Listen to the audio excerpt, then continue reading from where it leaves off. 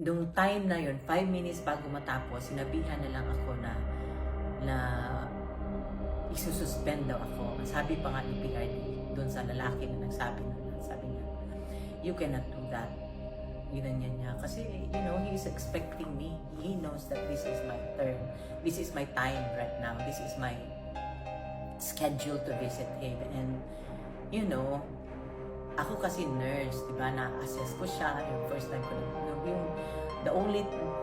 itong visit ko na ito, the only day na na-visit ko siya, nung pagdating ko talaga, straight from the airport, ilagay ko lang yung gamit ko sa hotel, na-assess ko na siya, kita ko na yung dito niya, malalim.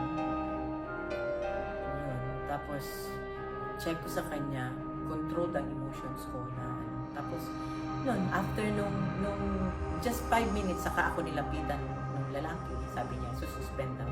And this is exactly what the PRD said, you cannot do that, sinabi niya. Tapos the following day, wala lang akong visit. Sabi ko sa kanya, I don't say anything about the case. All I tell him is, he asks me usually about the news. I'm sure the same kami ng sinabi ni VP, kasi news yung pareho kami ng sinabi ni VP, kasi narinig niya rin yun sa news.